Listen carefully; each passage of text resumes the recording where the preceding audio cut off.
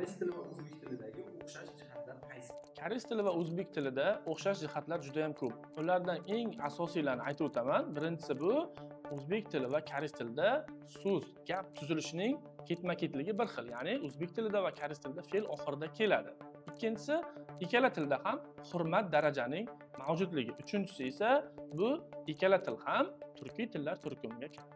Koreys tilini onlayn o'rgangan yaxshimi yoki offlayn o'rgangan yaxshimi? Hozir ko'pchiliklarda shu savol juda ham trendga chiqqan.